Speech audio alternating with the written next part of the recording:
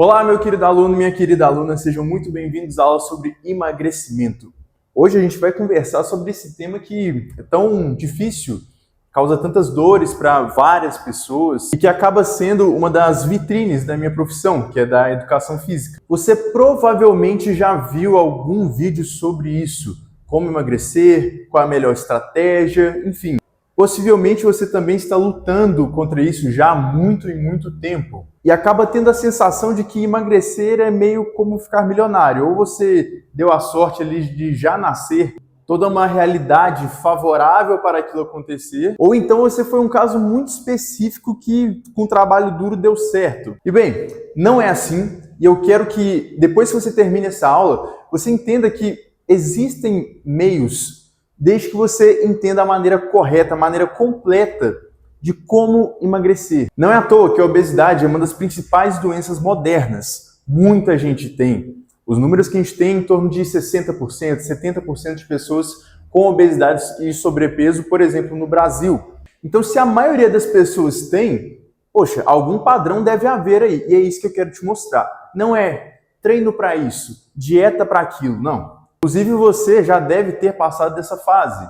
Já deve ter pesquisado treino para aquilo, dieta para não sei o quê, e não deu certo. Se deu certo, foi um tempo só. Então, vamos elevar o patamar do nosso conhecimento. Fica aqui comigo, a aula é densa. Se precisar, vai pausando, assiste várias vezes, porque eu te garanto que se você entender essa linha de raciocínio, vai ser muito mais leve o seu processo. É possível que você já esteja nessa luta há anos, 10, 15 anos, fazendo o mesmo treino e fica com aquela sensação, poxa, parece que não vai dar, parece que não vai dar certo. Então eu vou tentar diminuir essa sua angústia. O que é estar com sobrepeso? O que é estar com obesidade? Quando você pesa uma pessoa e faz a conta do IMC, Índice de Massa Corporal, você divide o peso pela altura ao quadrado. Se você passou de 25, você está com sobrepeso. E aí você vai aumentando o seu peso, vai aumentando sua classificação. Obesidade grau 1, 2, 3. É isso. Já vamos quebrar aqui algumas das principais argumentações das pessoas. Não, IMC não serve para as pessoas como se fosse uma coisa ultrapassada. Ah, porque se você for pesar um fisiculturista, ele vai estar sempre com sobrepeso. Obesidade. Bom, eu acredito que não esteja falando com fisiculturista, porque é uma população extremamente específica. É 1% da população. E eu acabei de falar com você, a obesidade, ela abrange a maioria da população. IMC para a população geral. Então, sim, serve sim. Vai fazer diferença ali a gente fazer as medidas, a adipometria, talvez a bioimpedância, sim. Mas, no geral, funciona muito bem. Então, passou de determinado peso, passou de determinada medida, a mulher passou ali do abdômen de 80 centímetros e o homem de 94 centímetros já está em um quadro de sobrepeso. Sobrepeso e obesidade é comer mais do que gasta. A simplificação da simplificação é isso, comer mais do que gasta. E a gente vai entender aqui o que está por trás dessa afirmação tão simples. Eu quero que você entenda que obesidade e sobrepeso é um problema multifatorial. Tem a ver com o indivíduo como um todo. Ele não só come como obeso, ele pensa como obeso, ele age como obeso, até o ponto de comer como obeso. Então, a próxima vez que você ouvir falar que emagrecer é treino e dieta, cara, já descarta. Qualquer assunto que nós estivermos falando sobre o ser humano, sobre saúde, a gente vai estar falando sobre isso aqui, ó. Saúde é sempre física, mental e social, e tudo sempre vai ter a ver com essa base aqui. Seus hábitos, seu ambiente, sua dieta, sono e exercício. Sempre, qualquer coisa da sua vida tem a ver com essas coisas que estão escritas aqui. Como é que a gente pode pensar no emagrecimento? Nós podemos olhar aqui, como um ponto de partida da obesidade e emagrecimento, a calorias. Com certeza você já ouviu falar que alimento X é mais calórico do que Y e não é bom você ficar ingerindo tantas calorias, senão você vai engordar. E o que nós podemos aqui destrinchar sobre calorias? Isso daqui é a quantidade de calorias que nós gastamos durante o dia. Sendo que 60% a 70% é para a gente sobreviver. Então, se você acordou, ficou deitado o dia inteiro na sua cama, mas seus órgãos estão funcionando, seu olho está piscando, seu coração está batendo, isso daqui corresponde à maioria do que você gasta de calorias por dia. Você há de concordar comigo que você não controla, por exemplo, a sua circulação sanguínea, os seus movimentos peristálticos. Então, a gente não consegue mexer tanto assim nessa parte, mas a gente consegue mexer um pouquinho. Entre 10% e 30% estão as nossas atividades físicas. Atividades físicas é tudo aquilo que nós fazemos com o corpo. Então, aqui eu estou escrevendo, eu vim aqui para o estúdio andando, é o meu trabalho que eu tenho que corrigir o aluno, muitas das vezes demonstrar o que é para fazer, é a escada que eu subo, tudo aquilo que eu mexo com o meu corpo é uma atividade física. Aqui estão os principais problemas. Por quê? Antigamente, vamos falar aí, 80 anos atrás, você acordava, teria que fazer, por exemplo, o seu café de uma forma muito mais braçal do que hoje em dia. Antes não tinha máquina de café, mal o coador. Dependendo de quando a gente for andar, quanto a gente for andar para trás, vamos falar aqui agora do leite, você teria que tirar o leite da vaca para aí sim você, enfim, tomar. E aí você ia lá, tomava o seu café da manhã, teria que ir andando até o seu trabalho, que era ali 8 horas, um trabalho braçal, e depois você teria que voltar para casa a pé de novo e para poder dormir e repetir tudo no dia seguinte. Hoje em dia, você acorda e já está quase tudo pronto. Você vai pegar um carro, pega um ônibus e vai até seu local de trabalho, que você senta e passa ali o dia inteiro sentado. Vai voltar para casa, num ônibus, num carro, provavelmente vai ficar ali de boa, descansando a mente, assistindo uma TV, sentado no sofá. Existe essa diferença aqui. 10% é o que a gente gasta, a maioria das pessoas gastam hoje em dia, 30% é quem trabalha de uma forma mais braçal e se move mais. Cerca de 10% tem a ver com a nossa digestão. Isso mesmo, digerir os alimentos vai fazer você gastar mais calorias. Então, o primeiro aprendizado dessa aula, você deixar de comer é uma das piores estratégias que você tem para poder emagrecer. Porque digestão faz parte do gasto calórico. Então, se você deixa de comer, você está deixando de ingerir uma caloria ali, mas também está deixando de gastar. Por último, nós temos aqui o nosso exercício físico, que varia entre 5% e 15%. E aí você pode pensar, poxa, 5%? Então, para que eu vou treinar? Qual que é o sentido de treinar se gasta tão pouco? Bom, existe uma forma de fazer exercício que é chegar na academia, fazer assim, ó, ir para a esteira, ficar mexendo no celular, fez ali, 3 de 10, esperou o peso, aí passa o fulano, começa a conversar com o fulano, e aí quando você viu, ó, deu a hora de ir embora. Isso é um tipo de exercício.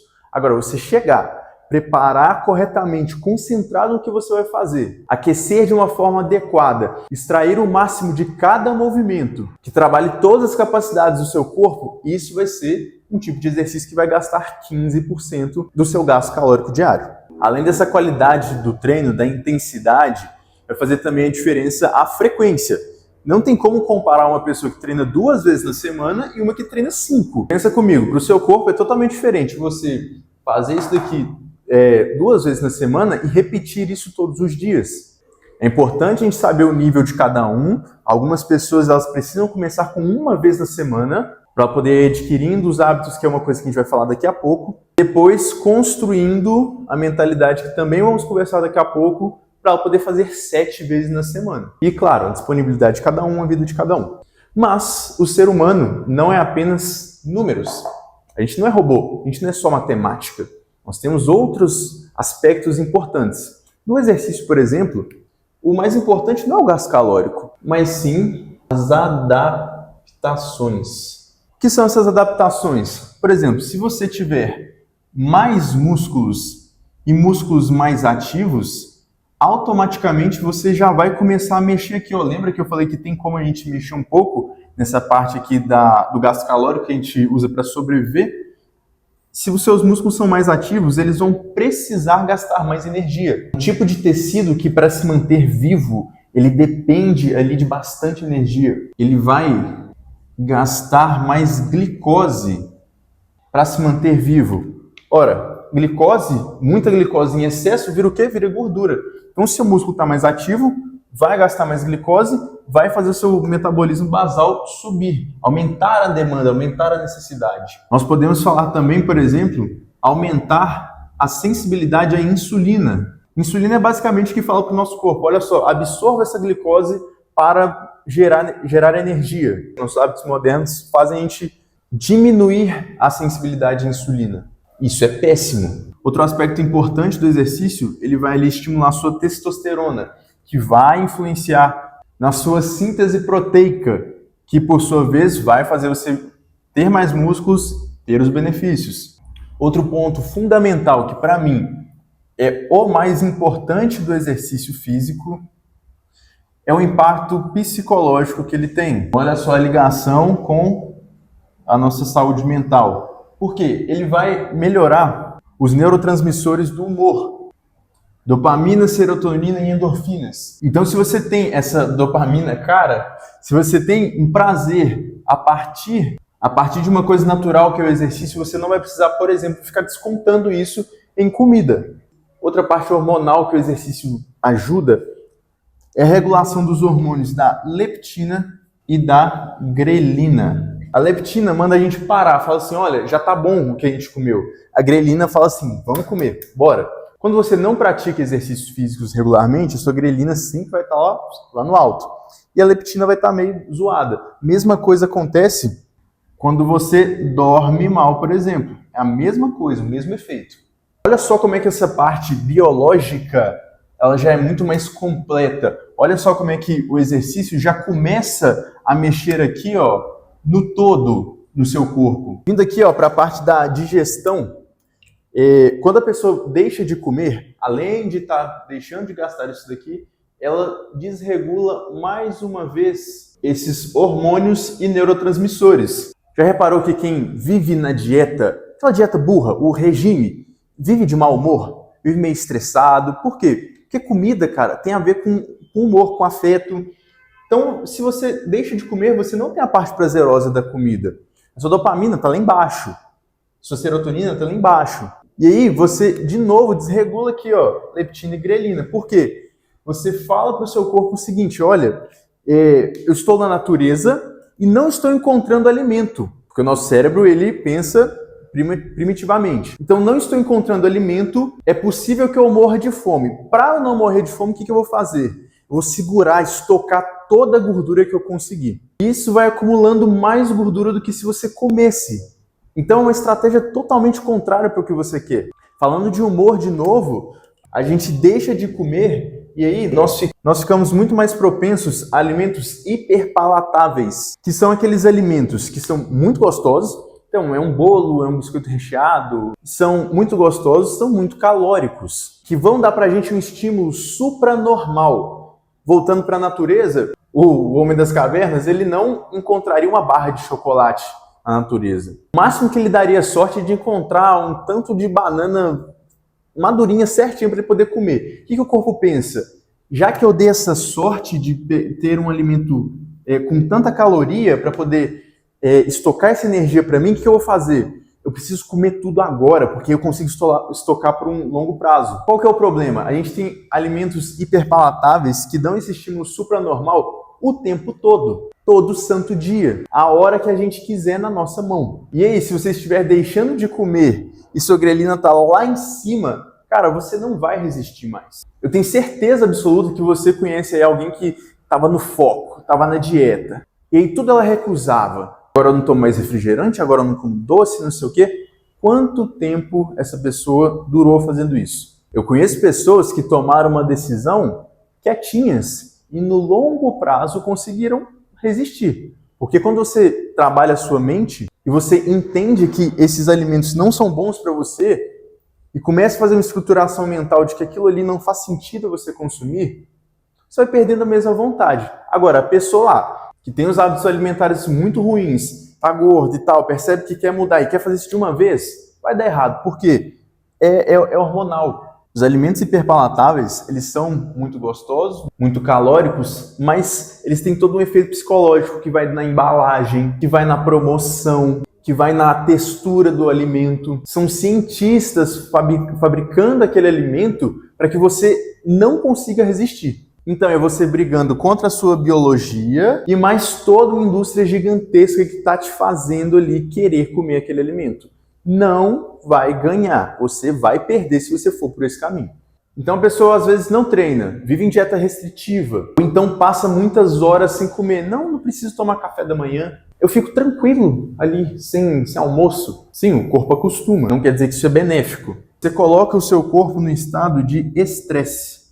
E isso vai aumentar o seu cortisol. Cortisol alto no nosso corpo vai fazer tudo aquilo que a gente não quer. Ele tem a sua função de deixar você esperto, mas cortisol em excesso vai aumentar a grelina, diminuir a sensação de prazer, te fazer querer mais comer coisas mais palatáveis, vai te atrapalhar durante o dia, você vai ficar mais estressado, vai querer comer mais e aí vira uma bola de neve. Então é muito melhor fazer o seu treino legal, poder abaixar o cortisol, comer nas horas certinhas para poder abaixar o cortisol. Nosso dia a dia já tem muito estresse para a gente voluntariamente aumentar isso aqui. E as atividades físicas, como é que ficam nessa história? Porque, convenhamos, é muito difícil hoje um trabalho que você não faça no computador. A maioria de nós vai ficar muitas horas ali em trabalho sedentário. Então, qual que é a solução? Gastar mais com mais movimento. Você vai acabar tendo que ser o estranho que faz pausas durante o seu trabalho para poder andar um pouquinho, para poder alongar, poder esticar, fazer agachamentos, não sei. Você vai ser o estranho que vai, por exemplo, ter que trabalhar em pé. Que o seu lazer, ao invés de ficar sentado o seu sábado inteiro assistindo alguma coisa, vai ser, por exemplo, caminhar, vai ser, por exemplo, andar de bicicleta. Sem objetivo de tempo, só fazer aquilo ali porque é prazeroso, porque é importante. É pegar mais escadas ao invés de elevador. É ir na padaria que você gasta 2 minutos de carro, gastar um pouquinho mais ali, 10 minutos a pé. De pouquinho em pouquinho, isso depois faz muita diferença. Todos esses hábitos, que é a segunda parte da nossa pirâmide, vão favorecer com que você consiga emagrecer. Mas, Carlos, tudo que você falou aqui agora dá muito trabalho, tem que investir muito tempo, o dia a dia é muito corrido. Que coisas esquisitas que eu vou fazer, ficar em pé trabalhando no computador, como assim?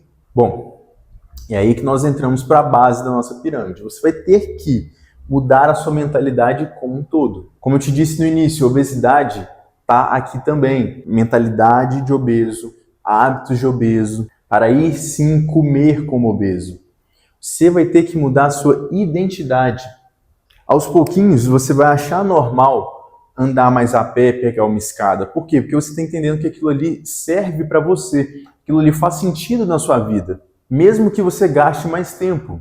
E aí você gasta mais tempo andando, que aí você vai pensar, bom, andar é benéfico para mim que eu estou gastando meu tempo. Eu posso, por exemplo, mexer menos no celular à toa. Eu posso gastar mais tempo na minha semana com exercícios e não gastar tanto tempo ali na reunião que a gente faz toda noite pedindo delivery. É uma questão de você entender logicamente o que é melhor para você, o que serve para você. E você vai usar mais o seu tempo para aquilo. Só que isso não vai mudar na marra. Você precisa mudar a sua mentalidade, você precisa mudar o seu ambiente principalmente.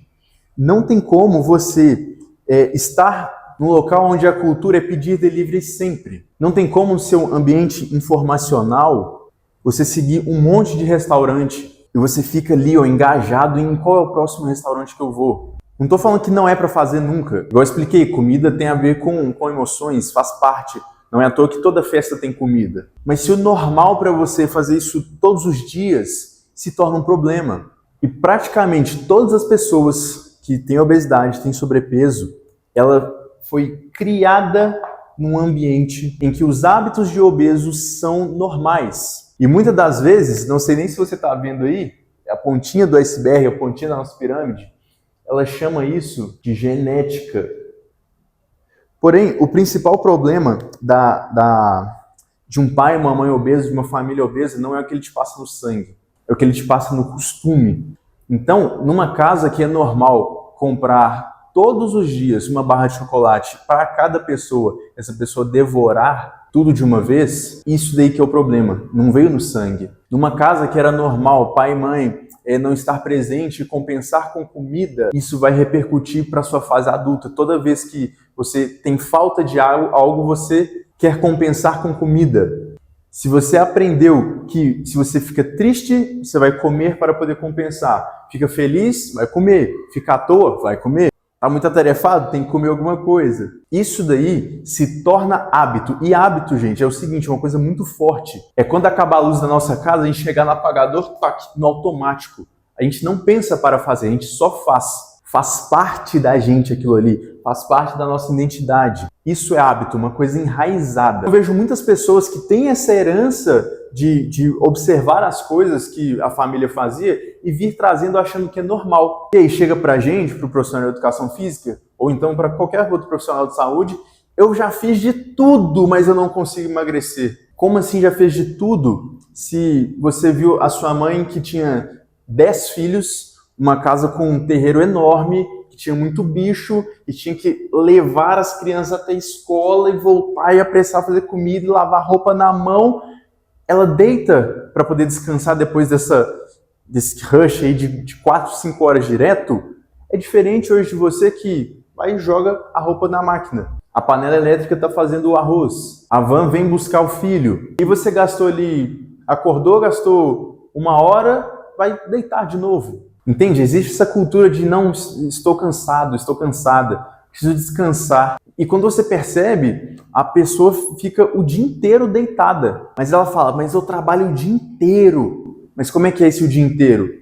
Faz uma atividade, deita, faz uma atividade, senta. Isso é completamente diferente de como era. E aí você pode pensar aí agora, não, eu não faço nada disso que você falou. Bom, como é hábito, a gente não vê. É igual a pessoa que está fedendo, ela é a última a perceber. Faça um teste. Pergunta para quem convive com você para poder te observar durante 1 semana. Quantas vezes que você pede para poder... quando você voltar, você traz uma água para mim, porque você não quer levantar, porque você não quer apagar a luz, porque você não quer levantar para poder pegar determinado objeto. Conta quantas horas você fica sentado e deitado. Conta quantas vezes você belisca ao dia. Quantas vezes na semana você pede delivery. Muitas pessoas afirmam de pé junto que não, eu treino. Ou então, melhor de todos é, eu não tenho treinado. Esse não tenho treinado tem 7 anos. Pergunta para quem convive com você que ela vai te responder. Você não consegue fazer essa autoanálise. Porque se desse para poder se analisar assim cruamente, provavelmente você não estaria no estado que você está. Bom, você pode olhar para esse emaranhado de informações que eu te entreguei e falar assim, é difícil demais, dane-se. Afinal, eu já estou bem com minha aparência. Primeiro que na aula de estética eu explico um pouco que isso é mais uma preservação mental ali de quem meio que já viu que não consegue. Não falo isso de maldade, tá? É comportamento humano. A gente quando percebe que não dá conta tenta se proteger. Mas ao mesmo tempo que esse discurso vem crescendo, os procedimentos estéticos vêm crescendo juntos. As canetas emagrecedoras, os hormônios para fins estéticos vêm crescendo cada vez mais. As pessoas estão cada vez mais conformadas. É meio impossível de acontecer as coisas juntas na sociedade. Então não precisa falar que não, já estou bem. Não, você não precisa estar bem. Você pode estar bem com a sua aparência. Mas você não precisa, e existem métodos para isso. Mas o problema não está na aparência. O problema é que obesidade, ela é a principal causa das principais doenças que mais matam no mundo. Diabetes, hipertensão, problemas ligados ao coração, câncer. Isso tudo aqui, gente, gera muito sofrimento, mas muito sofrimento mesmo. Só quem passou por isso, ou então tem alguém de perto que teve isso, sabe o que é ter uma doença dessas. E aqui que está o problema da obesidade. Para mim, aqui, Carlos, tanto faz se você está com estética X ou Y. Para mim não muda nada. Agora, eu não consigo ver tanta gente caminhando para uma vida de uma possível doença, de tanto sofrimento e ficar tranquilo com isso. Esse é o real problema da obesidade. E aí você pode pensar também, tá bom, entendi que eu posso ficar doente mais fácil e tal, por mais que demore, por mais que existam remédios que retardam isso, vai te deixando meio capenga, te faz viver mais tempo, mas muito mais capenga. Por mais que demore, então entendi que eu quero emagrecer, mas isso aqui é difícil demais. Quero uma coisa rápida. Eu vou para a bariátrica. Bom, eu não sei você, mas eu pessoalmente não conheço bariátricos que não tiveram reganho. Obviamente existem essas pessoas, mas é muito difícil você encontrar alguém que não teve reganho. Por quê? Porque o ser humano é isso aqui, ó. O todo. não é só tirar a parte de comer. Arrancou o estômago ali, ela não aguenta comer mais. Porque a mentalidade, os hábitos continuam. Por isso que no papel ali, a pessoa teria que passar por um psiquiatra. Eu já conheço pessoas que, por exemplo, compraram o laudo do psiquiatra. A gente sabe que o profissional muitas vezes olha para a cara da pessoa, vai lá, assina, entrega. Porque dá um trabalhão, olha só a aula que eu estou fazendo, dá trabalho conscientizar a pessoa. Vai porque ela quer, para de me encher o saco. Só que a consequência fica para a vida toda. Senta e conversa com algum bariátrico para ver se é legal o pós, se é legal você ver você ganhando tudo aquilo que você sofreu para perder, como é que é a recuperação da cirurgia, como é que fica a cabeça, como é que fica aquela coisa de quase vomitar o tempo todo, como é que ficam os hormônios, como é que ficam as vitaminas, para ver se vale a pena.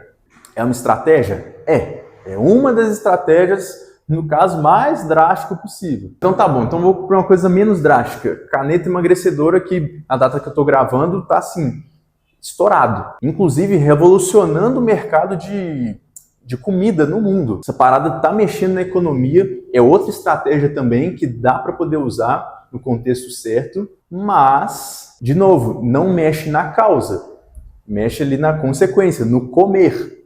As canetas inibidoras de apetite, elas vão tirar a vontade da pessoa de comer, vai ter um monte de efeito colateral e ela vai perder peso. Parte desse peso é gordura, parte desse peso é músculo, e músculo é saúde. Se ela perde o músculo, que é o principal metabolizador de glicose no nosso corpo, que diminui a resistência à insulina, que vai fazer com que você produza melhor hormônios sexuais, que vão fazer você ter mais músculos, que vão fazer você mexer no seu metabolismo basal, entre outras milhões de coisas que o músculo faz pela nossa saúde, você precisa concordar comigo que você está ganhando de um lado e perdendo do outro. Mas você está perdendo mesmo, cara. Infelizmente, a gente tem a memória curta. A gente está vendo as pessoas aí, do nada, vai lá, fica com o pescoço fininho, toda feliz, foi 15 quilos, e a partir de agora que eu emagreci, eu vou começar a fazer alguma coisa. A gente só vai lembrar dessa parte. Infelizmente. A gente não. Os profissionais da saúde já sabem que longo prazo, daqui a 2, 5, 10, 15 anos, isso vai trazer consequências. Vai haver reganho, vai haver problemas relacionados à falta de músculo. Como eu disse, é uma estratégia, desde que seja feito com muita minúcia, desde que seja feito com uma equipe multidisciplinar para um problema multifatorial. E não ache que tem como ter o mesmo efeito sem você ter um investimento.